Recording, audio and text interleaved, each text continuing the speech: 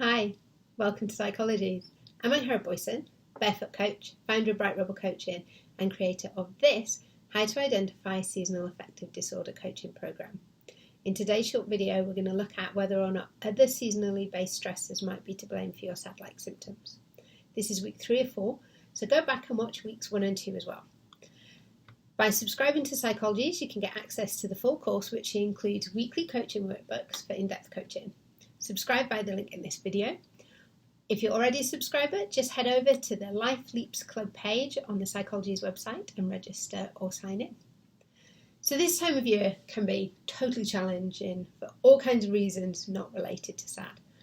We're going to start off with kids going back to school, potentially not settling in well.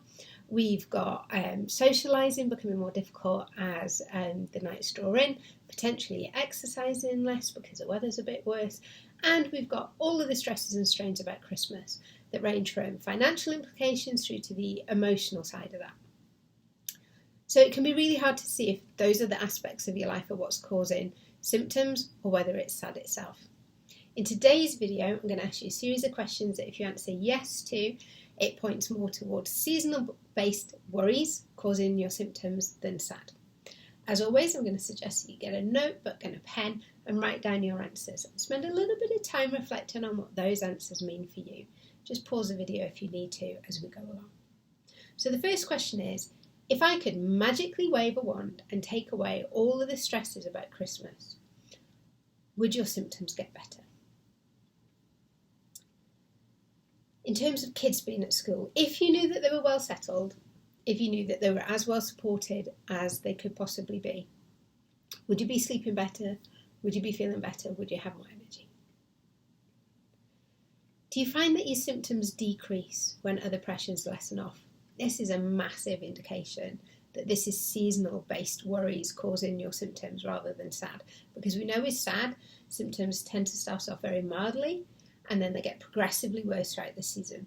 If you find that your symptoms are more varied than that, particularly if that's in conjunction with other pressures lessening off, then that means that it is your seasonal worries rather than SAD that's causing your symptoms. Be honest with yourself. Are you concerned about Christmas? Whether that's financial, whether that is emotional, whether it is just the sheer amount of mental load trying to do everything. Are you concerned about it? Finally, are you worrying about and feeling anxious about specific things like finances and relationship difficulties that are keeping you awake at night? If you answer yes to those things, it is a really good indication that it's more seasonal worries. And the good news about that is now you know that that's the case, you can start to make a plan to think about how to minimise or avoid those stressors going forward.